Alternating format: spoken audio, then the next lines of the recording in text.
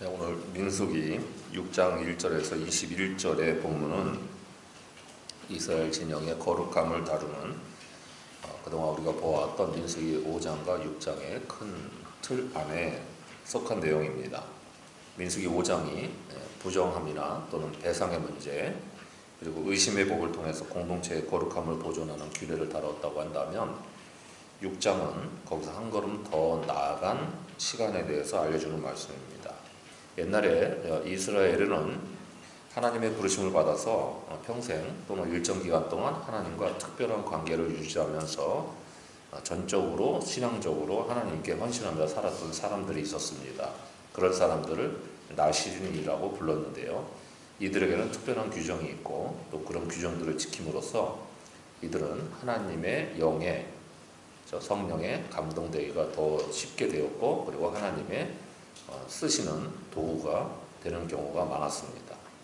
나시린 규정은 보통 사람들도 일정 기간 동안 자발적으로 지킬 수 있었던 거예요. 그러니까 나시린은 제사장과 같이 성직자 반열에 들어가는 게 아니고 일반 평신도 반열에 들어가는 건데, 그들 중에 특별하게 제사장들처럼 하나님께 자기를 서원해서 바치는 그런 헌신을 할 수가 있었다는 거죠.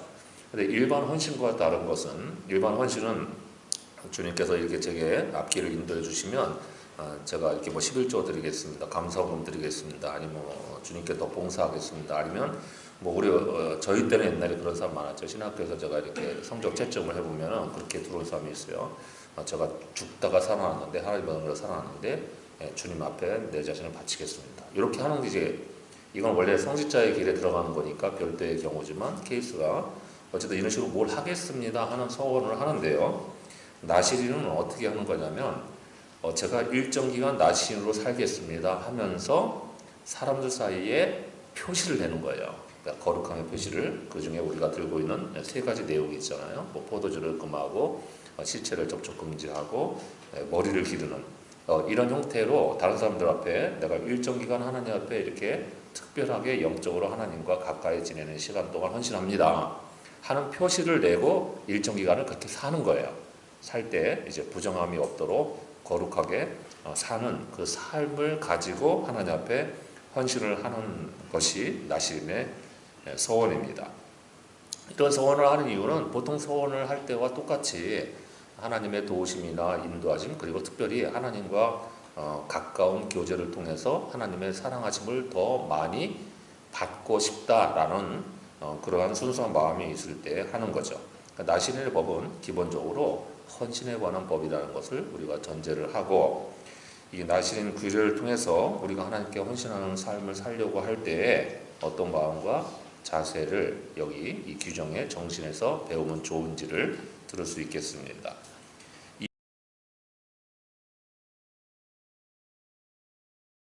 2절 보시면 나시린 규례는 제사장이나 레위인처럼 출생과 직무에 의해서 정해진 성별이 아니고요.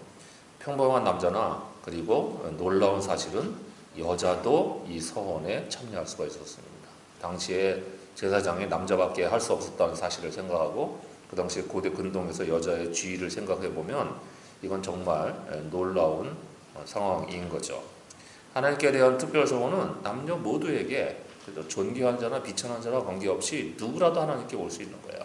신분이 고귀한 사람만 하나님께 헌신할 수 있는 게 아니고, 자기의 삶의 처지가 아무리 약하거나 사회적으로 미약한 위치에 있더라도 얼마든지 하나님께 헌신할 수가 있도록 하나님이 열어놓으신 거죠. 그러니까 하나님과 깊은 사랑의 교제를 가까이 나누면서 살 수 있는 권리는 누구에게나 있다는 거죠. 나시린이라는 말 자체가 기본적으로 구별됐다는 뜻이고요. 그래서 헌신된 자란 말이고, 우리가 구별됐다는 건 분리됐다는 거잖아요. 거룩은 분리되는 데서 시작을 하는 거죠. 남들 다 먹는데 내가 이거 안 먹기 시작해요. 그러면 거기서부터 분리가 시작되잖아요. 그러니까 그게 구별이고, 구별이 거룩이라는 거였어요. 그러니까 나시린이 그런 의미로 쓰여지는 말이기도 하죠. 그렇기 때문에 나시린의 서원을 하는 사람은 하나님께 속하기 위해서 다른 것들로부터 자기를 스스로 분리시켜내는 일을 하는 거예요. 그러니까 이것은 사실 금욕 자체가 아니라 하나님께 집중하기 위해서 자기를 절제하는 시간을 통해서 헌신하려고 하는 거죠. 그는 하나님께 소속되었다는 구별을 나타내기 위해서 포도주를 안 마시고요. 포도주는 당시에 음료였단 말이에요. 사막지대에서 물이 귀한 그곳에서 그죠? 식사할 때 음료를 대신해서 쓰는 게 포도주였는데 그것도 먹지 않는다는 거예요. 고기 먹을 때 포도주 먹는데 안 먹는다는 거죠. 그러니까 안 먹으니까 사람들이 식사할 때 다 같이 먹는 포도주를 안 먹어요. 그러니까 왜 포도주 안 먹느냐? 그러면 제가 나시린 서원을 했습니다 하면서 표시를 나타내는 거죠. 이런 식으로 머리를 깎지도 않고 시체에 가까이 하지 않는 세 가지 금지를 통해서 자기를 지금 하나님께 내 삶을 드리고 있다는 표시를 나타내는 것이었습니다. 그 중에 첫 번째 금령인 포도주 관련 내용 중에 우리는 중요한 한 가지 정신과 원리를 배우게 됩니다. 나시린은 그냥 포도주를 금하는 상태가 아니고요. 거기서 더 나아가서 빵에 찍어 먹는 포도주의 초, 그러니까 우리가 보통 이제 빵 이렇게 뭐 스프나 나오거나 아니면 뭐 이렇게 나오는 이제 뭐 기름 같은 거 있지, 올리브유 이렇게 찍어 먹잖아요. 그렇게 이제 하여튼 뭐 발사믹인지 뭔지 유형인지 하여튼 그 찍어 먹는 게 있잖아요. 그 옛날에는 포도주의 초, 식초처럼 만든 포도주의 초를 빵을 이제 거기다 찍어서 먹었는데 그것도 못 먹고요. 포도즙도 못 먹어요. 그다음에 생포도도 못 먹어요. 건포도는 말할 것도 없이 다 금지가 됐습니다. 고대 이스라엘에서 포도주는 기쁨과 또는 희락, 결실의 상징이란 말이에요. 그러니까 풍요와 축제와 안식의 상징이었는데요. 이런 것들을 일정 기간 동안 금지를 하는 거죠. 여기서 우리가 배울 수 있는 건 뭐냐면 나시린은 일정 기간 동안 하나님께 헌신하기 위해서 뭐를 절제했냐면 합법적이고 정상적인 소욕을 끊었다는 거예요. 그렇죠? 먹어도 아무런 문제가 없고 또 하나님이 주신 기쁨의 열매인데도 그것을 내려놓으려고 했다는 거죠. 그러니까 단지 포도주를 금하거나 또는 술 취한 것을 금지하는 것이 아니라 좋은 것인데도 불구하고 하나님께 더 집중하기 위해서 자신의 즐거움을 절제하려고 하는 태도를 취해서 헌신했다는 것을 알 수 있습니다. 이것은 완전히 자발적으로 자신을 절제함으로써 하나님께 헌신하고 집중하려는 태도를 말하는 거죠. 우리가 배워야 될 중요한 원리는 간단히 말하면 이것입니다. 모든 헌신은 절제로부터 시작되고 절제가 없으면 불가능하다는 거죠. 헌신하려는 사람들은 누구에게나 절제가 필요합니다. 사람들이 일상사에서도 어떤 일에 몰두하려는 사람은 다른 잡스러운 것에 시간을 뺏길 여유가 없잖아요. 그렇죠? 공부 열심히 하려는 학생은 게임에 손댈 여력이 없어요. 게임에 관심 가질 에너지도 없잖아요. 그렇죠? 게임을 하는 사람은 어떤 사람이에요? 공부하는데 에너지가 없는 사람인 거죠. 반대로. 그러니까 우리가 마찬가지예요. 내가 하고 싶은 일을 열심히 하려고 하는 사람은 잡스러운 것들에 시간 뺏길 여유가 없습니다. 그런 점에서 우리는 단지 하지 말아야 할 것만 조심하면서 살려고 하지만 하나님께 집중하는 이들은 그런 차원을 넘어서서 더 귀한 것에만 세월을 아껴서 집중하려고 절제를 하는 사람인 거예요. 이게 바로 계속되는 삶이 헌신하는 삶입니다. 나시린의 금령 중에 두 번째 내용은 이런 내용도 들려줘요. 그 서원 기간 동안에 머리에 삭도를 대지 말아야 했습니다. 여러분, 제가 이 질문은 안 냈어요. 본문 살피기 질문에 이 질문 내면 여러분이 이제 속된 말로 제게 늘 이제 컴플레인 하시잖아요. 머리에 쥐가 난다고. 저는 머리에 쥐가 어떻게 나는지 한번 누가 상태를 좀 보여주시거나 설명 좀 해줬으면 좋겠어요. 머리에 쥐가 어떻게 나요? 하여튼 극단적인 표현을 그렇게 하시는 걸 제가 들은 적이 있기 때문에 그래서 제가 질문 한번 내볼게요. 한번 생각해 보세요. 왜 머리 못 자르게 했을까요? 나시린은 조용처럼 길고 장발로 살아야 되는 거잖아요. 그러니까 왜 머리 못 자르게 했을까요? 이런 생각 안 해보셨어요? 왜 나시린은 머리를 못 자르게 합니까? 그게 무슨 헌신입니까? 하고 물어보는 생각 안 하셨어요? 여러분, 이런 이유가 있어서 그렇습니다. 자, 1차적으로 표면적인 이유는 남자나 여자나 머리를 굉장히 길게 하고 나면 눈에 딱 띄죠? 그러죠? 머리 길게 하고 나면 눈에 띄잖아요. 저는 머리 긴 여성이 좋아요. 집사람 머리를 잘 못 자르는데 그러는데 머리 긴 남자는 어때요? 이거는 이제 복불복이죠. 잘하면 멋있고 잘못하면 대개는 망하죠. 그런데 눈에 딱 띈단 말이에요. 띄면은 당신 왜 이렇게 머리가 길어? 그러면 저 나시린 서약했거든요. 예, 이렇게 이제 구별이 되는 표지요. 외적인 표지로 하는 거죠. 그런데 단지 그런 의미로만 하나님이 하셨겠냐는 거예요. 여기서는 이게 외모의 문제가 아니라 이런 뜻이 있습니다. 당시에 사람들의 생각이죠. 이 이스라엘 사람들이 갖고 있던 히브리인들의 사고방식에는 머리털은 시간이 흐르고 있음을 보여주는 거예요. 왜냐하면 머리털 계속 자라잖아요. 그러니까 자르지 않고 냅두면 엄청나게 자라잖아요. 되게 엉덩이까지 머리가 내려간단 말이에요. 예, 그렇게 자라는 거 보면 그 세월과 시간이 흐르고 있다는 걸 사람들이 금방 인식을 하는 그런 개념으로 알고 있었기 때문이에요. 그래서 자라나는 머리털은 시간이 흐르고 있음을 보여주는 표시였기 때문에 이런 의미가 있는 거예요. 나시린의 헌신은 일시적인 감정으로 한 번에 섣불리 하는 게 아니라 지속적으로 자기 삶의 시간이 유지되는 내내 헌신을 지키려고 하는 거다. 예, 이런 의미 때문에 머리카락을 자르지 못하게 한 거죠.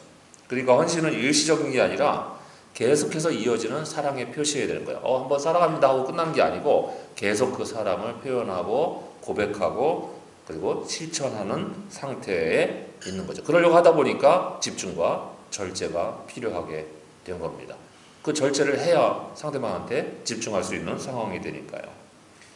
그런 점에서 이스라엘의 마지막 사사였던, 그러니까 우리가 사사기 읽을 때 그 관점을 잘 살펴봤잖아요. 사사기가 사실은 영웅주의적 기록을 남긴 게 아니고 점점 이스라엘이 그 디테일에, 그러니까 점점 나쁜 쪽으로 열화되는, 그죠?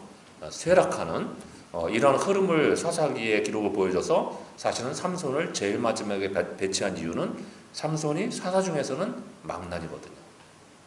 하는 짓이 망나니잖아요. 딱 그 표현에 어울리는 그거잖아요. 사사를 이렇게 부르는 게 맞는지 모르겠지만 어쨌든 사사의 질이 가장 떨어진다는 삼손을 생각해 보세요. 이 삼손은 일시적인 나시린의 서원을 한 사람이 아니고요. 태생부터, 태어날 때부터 하나님에 의해서 나시린이 됐던 사람이에요. 그러니까 그에게는 그 삼손의 머리털은 그 중에 가장 센 머리털이었잖아요. 그렇죠? 나시린의 표지인 머리털의 가장 대표적인, 가장 정말 기가 막힌 머리털을 지니고 있었던 이 삼손이었는데요. 그런 훌륭한 나시린 표지를 갖고 있던 삼손은 그럼에도 불구하고 자기 욕망과 충동에 사로잡혀서 절제를 하지 못하는 모습을 보여준 것을 우리가 알고 있습니다. 삼손에게는 머리털이라는 외적인 헌신의 표지는 그럴듯하게 있었지만은 그의 내적인 순종은 완전히 무너진 상태였다는 것을 알 수 있죠. 그 머리털의 참된 의미인 지속적인 헌신, 지속적인 절제, 이런 것들이 삼손에게는 없었다는 거예요. 그러니까 이게 굉장히 무서운 경고인 거죠. 겉으로 보기에 헌신된 자 같아도 그 내면에서 절제를 부른다면 그 영혼은 하나님께 속한 사람이 아닐 수 있다는 거예요. 그런 자신의 욕망들로부터 자신을 절제하는 게 하나님께 대한 참된 헌신인 거죠. 오늘날 우리 그리스도인들은 영적인 나시린이라고 할 수가 있습니다. 모두가 다 헌신하는 삶을 살아야 하니까요. 그러면 세상의 것들로부터 자신을 절제하고 오직 하나님만 바라보며 사는 길을 선택했기 때문에 당연히 하나님께 우리의 삶을 드리겠다고, 그죠? 우리의 산 제사, 영적인 산 제사를 드리겠다고 하는 사람들이잖아요. 그러면 우리가 세상 속에서 무엇을 누릴 것이고, 그러면 무엇을 절제할 것이며, 누구에게 속해서 살 것인가, 자기의 삶의 시간을 계속적으로 헌신하고 있는지 돌아봐야 되겠죠. 자기 마음대로 다 하는 사람이 자유를 누리는 사람이 아니고요. 하나님을 위해서 기꺼이 자신을 절제할 수 있는 사람이 진짜 자유로운 사람인 겁니다. 그게 진짜로 참된 헌신을 이룬 거죠. 우리는 때로 헌신을 감동적인 순간이나 또는 특별한 결단으로만 생각하기가 쉽습니다. 그러나 하나님께 드리는 삶은 말로만 하는 게 아닌 거죠. 자기의 삶을 살아가는 시간을 계속 이어붙여서 드리는 것을 말하는 거예요. 그렇죠? 절제 없는 헌신은 결코 오래가지 못합니다. 헌신이라는 게 봉사도 있고 자기의 삶을 거룩하게 만드는 일도 있고 세상 속에서 구별된 표지를 나타내는 것도 있고 기도하는 시간도 있을 거고요. 공동체를 위해서 섬기는 일도 있을 거예요. 이 모든 일이 절제가 없으면 어떻게 돼요? 절제가 없이 헌신이 가능합니까? 자기 마음대로 하면서 헌신할 수 있다고요? 불가능한 일인 거죠. 안 되는 일인 거죠. 하나님께 자신을 드린다고 말하면서 아무것도 절제하지 않는 신앙은 자기 기만으로 흘러가는 신앙에 불과합니다. 자기를 위해서 하는 거예요. 하나님께 하는 게 아니라, 공동체를 섬기는 게 아니라 자기 주장을 위해서 하는 거잖아요. 그러니까 은혜는 그런 방종이 아닙니다. 오늘날 그리스도인들이 그렇게 생각하기가 쉽습니다. 마음만 진실하면 된다. 여러분, 그런 게 어디 있어요? 마음과 행동과 삶이 일치해야만 하는 거죠. 거기서 다 나타나야 하는 거죠. 말은 덜하더라도 자기의 선과 행동이 자기의 헌신을 표시할 수 있어야 되는 것입니다. 우리가 먹고 마시는 것, 보는 것, 만지는 것, 또는 가는 것이나 입는 것 등에서도 말하는 것이나 사용하는 돈이나 상대방과 지체들과 대화하는 자세에서나 또는 보내는 시간에까지 우리가 하나님께 집중하기 위해서 절제가 있는지를 우리가 한번 물어봐야 하는 것입니다. 성화라고 하는 것, 거룩해지는 시간이라는 것은 전 인격적인 변화이지 마음만 어떻게 해본다고 되는 것이 아니라는 것입니다. 자기 부인은 자기 몸의 습관을 바꾸고요, 자기 입술의 언어도 바꾸는 법이고, 그 다음에 자기 눈의 욕망도 다스리는 거고요, 그 다음에 자기 손을 쓰는 사용처도 변화시키는 거예요.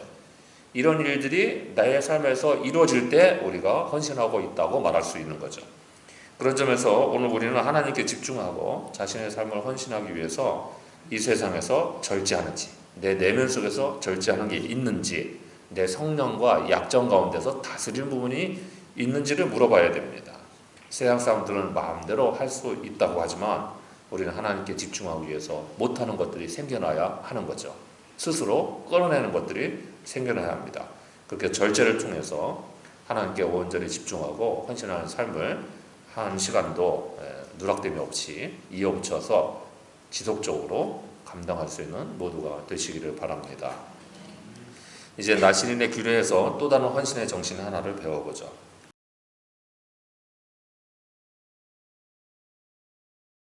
6절부터 나오는 내용은 나신인의 세 번째 금령에 관한 건데요, 시체를 가까이 하지 않아야 한다는 거야. 당연히 하나님께 헌신하기 위해는 시간 동안 시체를 접촉하면 안 되는 거겠죠. 그런데 여기서 우리가 특별한 사항을 하나 듣게 되죠. 시체를 가까이 하지 않는 사항 중에 심지어 부모, 형제, 자매가 죽었을 때도 장례식에 못 간다는 거예요. 이게 납득이 됩니까? 오늘날 현대 그리스도인들에게 이게 잘 이해가 안 되죠. 굉장히 비인격적으로 느껴질 수가 있죠. 하지만 고대 이스라엘의 이 정결 체제에서 죽음은 단지 생물학적인 시간을 말하는 게 아니에요. 창조 질서의 파괴와 그 다음에 부패성의 극단적인 결과라고 인식을 하고 있었던 거죠. 그래서 나시는 서원 기간 동안에 하나님께 속했잖아요. 근데 그 하나님이 생명의 원천이시잖아요.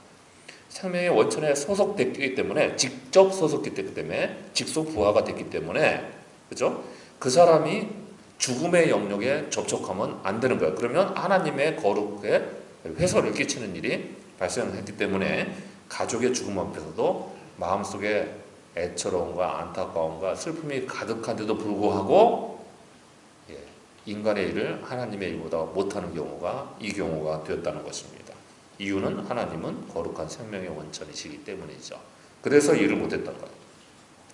따라서 헌신해서 하나님께 속하게 된 사람들은 죽음이 아닌 생명에 소속되어 있는 시간을 살고 있다는 점을 우리가 기억을 하고요. 헌신은 죽음이 아닌 생명의 일들에만 집중하는 것을 통해서 이루어진다는 점을 배워야 됩니다. 오늘날 우리가 하나님께 헌신한다고 해서 장례식도 안 가고 이러면 안 돼요. 이게 나신의 서원 오늘날 존재하는 게 아닙니다. 그 당시 문화적으로 존재한 거죠. 근데 그 정신은 우리가 이렇게 배워야 하는 거죠. 이 점에서 나신의 상태는 어떤 점에서 일반 제사장들을 능가하는 대제사장의 엄격한 정도의 규정이 있었습니다. 왜냐하면 제사장들은 그렇죠? 가까운 가족의 장례에는 참여를 할 수가 있었어요. 그런데 대제사장의 봉직 기간 동안은 대제사장들은 그게 허용이 안 됐습니다. 그러니까 특별한 신분은 안 되는 거죠. 왜냐하면 대제사장은 지성소에 들어가잖아요. 하나님을 맞대면하잖아요. 그러니까 안 되는 거예요. 그런 점에서 죽음이라는 부정적인 기운이 미치지 않도록 해야만 했던 거죠. 또 나시린이 불가항력적으로 당한 거룩의 훼손을 처리하는 규정의 정도도 어디까지 보냐면 9절부터 12절까지 보면 어떤 사람이 자기가 원하지 않게요, 원치 않게 미필적으로 비의도적으로, 그죠? 지나가다가 갑자기 그 사람 옆에서 쓰러져 죽어서 시체를 접촉하는 일이 불가피하게 발생하게 됩니다. 불가항력적이죠. 근데 이것도 거룩을 훼손하는 건 결과는 매한 가지라는 거예요. 그래서 이러려고 하면 제사장한테 가서 속건제를 드리고 다시 머리 밀고 새로 시작해야 돼요. 그러는데 이걸 8일째에 하게 됐던 거죠. 8일째에 이런 일을 하는 이유는 이제 한 안식 주간이 지났기 때문에 8일째는 새로운 시작을 하면서 회복을 하는 시간이잖아요. 그래서 회복을 이루는 8일차에 이걸 하게 했고, 우리 주님께서 안식 후 첫날에 부활하셨으니까 며칠 차에 부활하신 거예요? 8일차에 부활하신 거예요. 그 회복에 의미가 있는 숫자 기간에 그렇게 하신 거죠. 그러면 제사장은 그 제물을 받아서 속건제물로 처리를 하고, 그런데 12절을 보면 여기서 이렇게 말씀합니다. 지나간다는 다 무효. 새로 시작. 한번 거룩함의 훼손돼서 깨졌기 때문에요. 처음부터 다시 해야 돼요. 수리하고 땜빵해서 채울 수 있는 게 아니라는 거예요. 그러니까 처음부터 다시 해야 돼요. 의도치 않은 부정이라도 하나님께 드려진 상태를 훼손하게 되면 새롭게 시작해야 될 필요가 있었다는 거죠. 이만큼 나시린은 하나님께 드려진 기간 동안 죽음과 부패와, 그렇죠? 그리고 생명의 거룩함 사이에서 경계를 분명하게 지키고, 그리고 자신을 통해서 증언을 해야 되는 삶을 살아야 했던 것입니다. 오늘날은 우리가 이것을 어떻게 이해를 해야 되겠까요? 6절에 시체라는 히브리 낱말은 역설적인 표현인데요. 이렇게 써놨어요. 죽은 생명. 이거 말이 안 맞죠? 죽은 생명. 생명과 죽음이 같이 존재한다는 거예요. 그러니까 이게 무슨 얘기입니까? 구약에서 죽음은 그냥 생명 질서의 붕괴가 아니고 하나님의 창조 질서를 어그러뜨려서 부패로 이룬 결과잖아요. 그러니까 우리가 하나님께 헌신하는 삶을 살기로 한다면 우리는 죽음의 일에 가담하는 일을 멈춰야 됩니다. 부패의 일에 가담하는 일을 멈춰야 되는 거죠.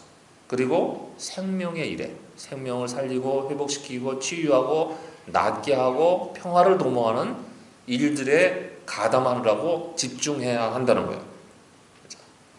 우리의 삶을 그렇게 정복해야 됩니다. 그러면 죽음에 접촉하는 일들이 뭐겠어요? 이 세상에서 썩어 없어질 것들에 접촉하고 몰두하는 삶을 말죠. 그거 말하는 거죠. 다 지나가 버리고 하늘나라 가면 하나도 못 들고 갔던 것들에 거기 목숨 매달고 살고 있으면 그 사람이 죽은 생명이에요. 그리스도인인데 죽은 자예요. 그렇죠? 하나님의 생명이라는 것을 알기는 아는 사람인데 죽어 있는 사람인 거죠. 또 잠깐의 쾌락이나 즐거움을 위해서 거기에 자기 인생을 투입하는 거예요. 그 자기 생명을 갈아 넣어서 지금 쓸데없는 일에 투자하는 거잖아요. 죽어가는 일에 투자하는 거잖아요. 그러니까 자기 인생을 낭비하는 사람은 죽음의 일에, 부패의 일에 관여하는 사람이에요. 하나님이 주신 귀한 생명인데요. 그 생명을 선하고 아름다운 가치관을, 우리는 생각하죠. 몹쓸짓 하지 말아야지. 여러분, 그게 아니라 더 선하고 아름다운 일에 쓰지 않는 게 죄예요. 그래서 하나님이 주신 생명인데요. 그러니까 그렇게 할 수가 없는 거죠. 그런 삶을 사는 것은 죽은 생명이죠. 살았으나 죽은 자의 삶에 불과하다 그 말입니다. 또는 파괴와 분열과 다툼으로 인해서 손상을 입히거나 남에게 상처를 주거나 붕괴를 가져온 일들도 전부 죽음에 속한 일들이잖아요. 이런 일에 절대로 가담하지 말아야 됩니다. 근처에도 가지 말아야 되고, 이런 일에 걸려 들어가도 안 돼요. 원망과 시비, 불평, 불만 이런 것들에 안 걸려야 돼요. 또 남에게 이런 일을 끼치는 일도 하지 말아야겠죠. 내가 말 한마디 잘못해서 이런 일을 끼칠 수도 있잖아요. 그러니까 그러지 않도록 해야 되는 거죠. 그건 다 죽음의 일이에요. 관계를 손상시키는 일, 죽음에 속한 일들이에요. 우리는 이런 죽음에 속한 일들에 접촉하는 것을 중단하고 생명에 속한 일에 집중해야 됩니다. 진리를 지키려고 애를 써야 되고요. 평화를 보존하려고 힘을 써야 돼요. 그냥 유지되는 게 아닙니다. 평화는. 공동체를 세운 일에 집중을 해야 되고요. 아픈 이들에게 위로를 전하고 격려를 보태는 일에 최선을 다해야 되는 거죠. 중보기도 하고요. 누군가를 위해서 눈물을 흘리며 기도해 줘야 되고요. 그죠? 이렇게 해야 됩니다. 그러다가 우리가 완벽하지 못하기 때문에 실수로라도 그런 죽음에 속한 일에 어쩌다가 가담하게 되죠. 내가 원래 그런 뜻은 아니었는데 말하다 보니까 그냥 내 안에 있는 상처에 덧입혀져서 말하다 보니까 상대방한테 상실을 주거나 아픔을 주거나, 그죠? 상처를 주는 이런 일들을 할 수도 있습니다. 그러면 마치 지나간 날은 무효다 하는 것처럼 새롭게 다짐하고 하나님 앞에 각성해서 다시 그것을 회복하려고 애를 써야 되는 거죠. 그게 생명의 일에 가담하는 일이에요. 그렇죠? 하나님께 생명의 원천이신 하나님께 속한 자들이 할 일들인 거죠.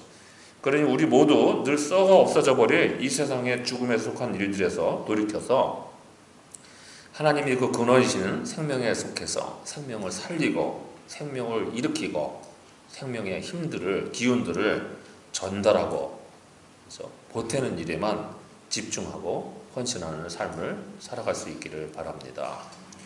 이제 이 나시린의 법에서 우리가 두어야 될 진정한 헌신의 자세 한 가지를 더 배워보죠.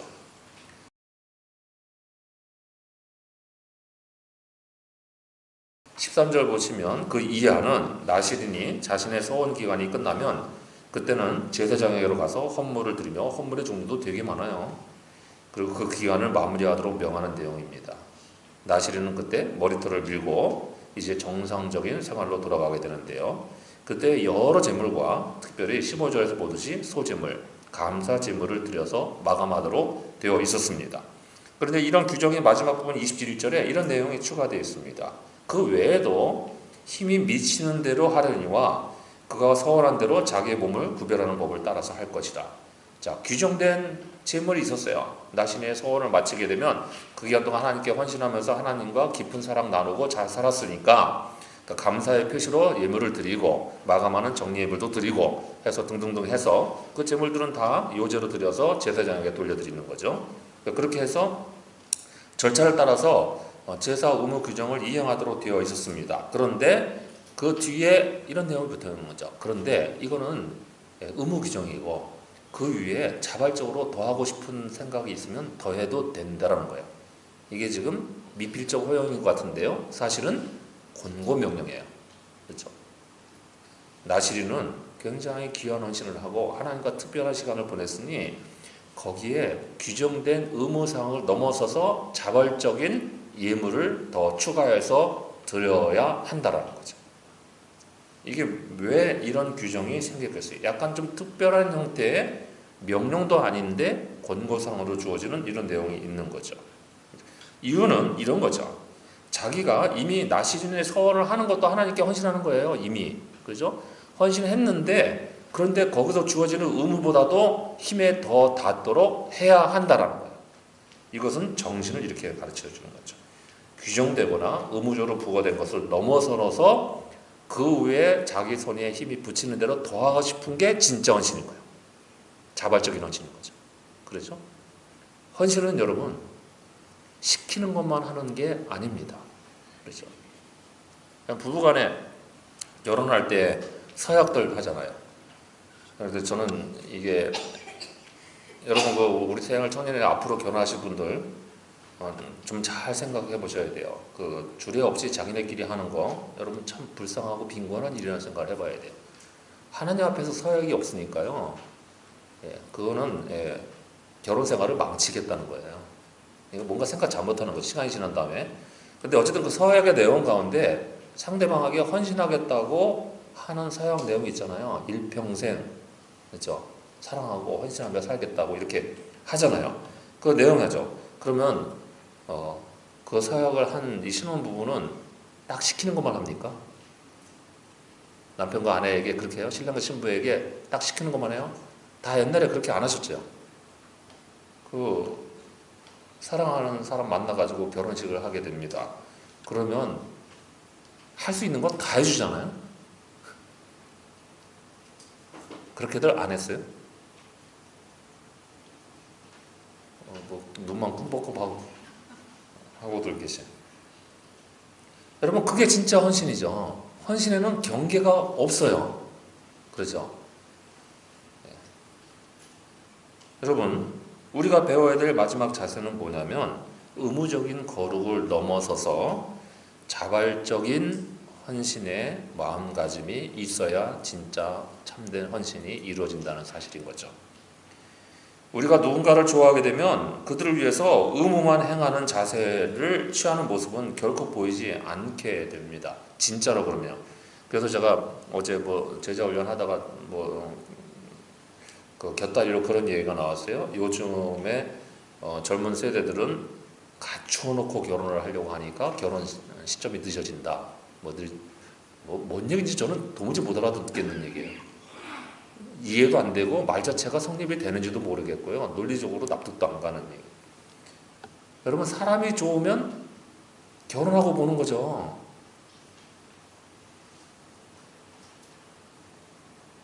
상대방이 뭐 가졌는지가 중요해요? 진짜로? 얼마나 갖고 오는지가 중요한 거예요? 그게 진짜 결혼이에요? 자기가 좋아서 하는 일은 적극적으로 능동적으로 하지 않습니까? 안 시켜도 해요. 좋아서 하는 일은. 좋아하는 사람이 있으면은 안 하는 일도 다 한다고 그러죠. 평소에 집에서 안 하던 것도 가서 다 하고요. 그러는 거예요. 그러니까 여러분, 교우들이 예쁘고 사랑스러우니까 담임 목사가 자꾸 밥을 사게 되는 거 아니에요? 대답이 없어요. 담임 목사가 교인들한테 밥 사야 한다는 의무 규정이 있어요? 없는 거예요. 이건 누가 시켜서 하는 게 아닙니다. 하나님께 대한 마음이 남다른 사람은 자기 힘이 닿는 대로 의무적인 것을 넘어서서 더한 마음을 나타내기 마련인 거죠. 그게 여러분 자발적인 헌신입니다. 시켜서 하는 거룩함만이 아니고요. 자발적인 헌신에서 나오는 감사와 예배는 우리의 믿음과 삶을 훨씬 더 풍요롭게 하는 일입니다. 교회 생활이나 믿음 생활도 늘 이렇게 수동적으로 리액티브 하는 입장에서만 하려는 사람들이 있을 수가 있습니다. 여러분, 다지세가 그 중요한 대표적인 사례 중에 하나로 꼽을 수 있을 것 같아요. 다지세를 여러분 해야 되는 숙제나 의무 정도로만 생각해서 하게 되면 그 참여하는 의미나 가치가 반쯤은 퇴색되는 것 같지 않을까요? 그렇죠? 그거 여러분 교회 프로그램으로 진행하려고 한 거겠어요? 여러분의 영적인 성장과 즐거움을 채우려고 하려고 하는 거잖아요. 그렇죠? 그게 하나님을 사랑하고 하나님에 대한 마음이 더 깊고 그래서 하나님의 말씀 듣고 싶고 하나님과 가까이 기도하는 시간이 그게 좋아서 세상에 찌꺼기와 같은 부패하고 막 싸움질하고 다투고 막 아귀다툼하는 이런 세상에 이 어려운 오염된 시간에서 살고 있는 게 지긋지긋해서 거룩하신 하나님과 만족하는 시간이 정말 정결하고 깨끗한 것 같아서 앉으려고 한 다지세를 하는 사람하고 성김이가 와서 어디까지 했어요? 체크하니까 도장 찍으려고 하는 사람하고는 완전히 다른 거죠. 수준이 달라집니다. 교회 사역이나 봉사도 시키는 것만 하게 되고 최소한의 것만을 선을 그어놓고 하려고 한다면 그 마음속에 하나님에 대한 사랑이 깊게 차오르는 것은 유언한 일이야. 하나님께 대한 그 마음이 이미 그 정도 수준이 아닌 거잖아요. 그러니까 프로액티브하게 좀 더 능동적으로 적극적으로 믿음 생활하는 것을 생각해 보셔야 합니다. 시키는 것만이 하는 게 아니라 마음이 채워져서 더 하고 싶어서 할 수 있는 만큼 더 하려고 하는 이런 이들의 삶은 그야말로 사람의 눈에 보기에도 좋고 목회자의 눈에 보기에도 아름다워서 정말 기쁨이 차오르는 일인데 이거 하나님 보시기에는 얼마나 기쁘신 일일까요? 그렇죠? 하나님 사랑하니까 그렇게 하는 거잖아요. 제가 왜 헌금 설교를 하지 않고 헌금 강조를 하지 않을까요? 헌금 강조를 하지 않으면 분명히 인위적으로 드라이브를 걸어서 훈련시키는 교회에 비해서 헌금이 적게 나올 수밖에 없습니다. 헌금 더 많이 나와야 교회가 발전하고 좀 외모도 좀 외적인 규모도 키우고 뭐 눈에 보이는 가시적인 발전을 이룰 수 있을 거 아니에요. 근데 그거 없어서 좀 부족하고 힘들고 고생 더 해야 되는데도 불구하고 왜 그런 손해를 감수하고 그렇게 할까요? 우리가 물어보면 간단한 거죠. 교회의 재정적인 목표를 이루는 게 중요할까요? 아니면 하나님을 기쁘시게 자발적으로 헌신하게 만드는 일이 더 중요할까요? 본질을 물어보면 간단한 거예요. 헌금이야말로 자발적으로 드리는 마음에서 나와야 하나님 받으시는 예물이 되잖아요. 시켜서 억지로 하면 어떻게 돼요? 여러 가지 부조화들이 생긴단 말이에요. 그러니까 하나님께 헌신하는 일이란 시켜서 하거나 의무적으로 하는 것이 아니라 자발적이고 능동적인 마음에서 시키는 것보다도 자기 힘이 미치는 대로 더 하는 것이 가장 기본적인 헌신의 참된 자세입니다. 좋아하면 한다, 더 하게 돼 있다 이 말이죠. 그리고 우리 모두가 수동적이 아닌 자발적인 헌신을 이뤄가는 일들이 되시기를 바랍니다. 제가 군대에서 이제 그 군목 장교 훈련을 받을 때 그 영천에 있는 화산에 아주 악명 높은 유격장이 하나 있어요. 근데 거기에 한 150m 이상 되는 한 200m 가까이 되는 걸로 알고 있어요. 기억도 이제 가물가물한데 그런데 수직 암벽이 있어요. 예, 거기서 그 다른 코스에도 다 있는 코스인지 모르겠는데 RT 유교 쪽에도 그런 게 있나? 강화 레펠 있었나? 그런데 그 한 150m를 수직으로 이제 레펠 타고 한 2, 30m씩 날라서 강화하는 수직 강화 훈련하는 게 있었어요. 근데 다른 유교 훈련 코스 중에 몇 가지들은 이제 조교들이 그 선택사항을 줍니다. 저거 가서 트라이 해볼래? 아니면 안 하면 밑에서 원상 복격하고 있을래? 하는 동안. 그래서 저는 웬만한 건 다 원상 복격으로. 군대에서는 사고 안 치는 게 최고다 생각하고 원상 복격했는데요. 그거 레펠 타는 거는 재밌어 보이는 거예요. 그 제가 약간 고소공포증이 있냐. 근데 또 그건 재밌어 보여요. 아슬한 꼭대기 올라가가지고 그럼 절벽이 한 200m가 수직으로 꼽아 있으면 내려다볼 때 무진장 무섭습니다. 다리가 후들거려요. 근데 그거 밑에서 원상 복격하고 있을래? 올라갈래? 그러는데 저는 원상 복격을 그동안 하도 많이 해서 머리가 너무 아파서 이번에 올라가기로 하고 올라갔습니다. 한 번 하니까 재밌는 거예요. 한 번 더 할 사람하고 손 들라는 거죠. 또 올라가서 했어요. 근데 그 시간 내내 그 올라가서 내려간다는 시간 얼마나 걸려? 거의 1시간 이상 걸리는데 안 하고 싶은 사람들은 밑에서 원상 복격하고 있는 거예요. 해보니까 재밌는 거예요. 낭떠러지 떨어져 내리는 삼삼한 기분이 있더라. 그래가지고 그걸 하는 동안 원상 복격을 면하고 그리고는 이제 훈련을 자발적으로 재밌게 마쳤습니다. 그 당시 그게 없었는데 전역하고 나니까 번지 점프라는 게 생기더라고요. 사람들이 그거를 돈 주고 하고 있더라고요. 돈 내고 그걸 하고 있더라고요. 아, 내가 공짜로 군대에서 나라 세금으로 재밌는 거 잘해봤다 이런 생각을 하게 된 적이 있었어요. 좋아하면 하잖아요. 지 좋아하는 일은. 다른 건 다 기피하는데도. 그렇죠? 그러니까 우리가 오늘 본문은 개인의 헌신으로 시작되지만 이 모든 것이 제의적인 절차와 제사로 완성이 되는 것을 보게 되는데요. 이건 이스라엘의 헌신이 개인적인 심리적 결단만이 아니라 하나님 앞에서 예배로 귀결된다는 걸 보여준 거예요. 그러니까 여러분의 삶의 모든 시간에 하나님께 드리는 모든 종류의 헌신은 결국 예배적 시간인 거예요. 예배의 시간인 거예요. 하나님께 찬양을 드리고 영광을 올려드리는 시간이란 말인 거죠. 여러분이 누군가를 돌보고 하나님의 사랑으로 연약한 이들에게 기운을 북돋아주고 힘을 내주고 손을 보태서 그렇죠? 회복과 생명을 북돋는다면 여러분 예배 시간에 우리가 하나님께 드리는 찬양과 똑같은 일을 하고 있는 거예요. 하나님이 그렇게 귀한 찬양으로 받아주신다고 하는 거죠. 우리의 자신을 하나님께 드리는 삶을 수반하는 게 진짜 예배인 거잖아요. 그러니까 우리의 삶의 모든 시간에서 이렇게 자발적으로 힘에 부치게 넘어서서 안 시켰는데 안 해도 되잖아요.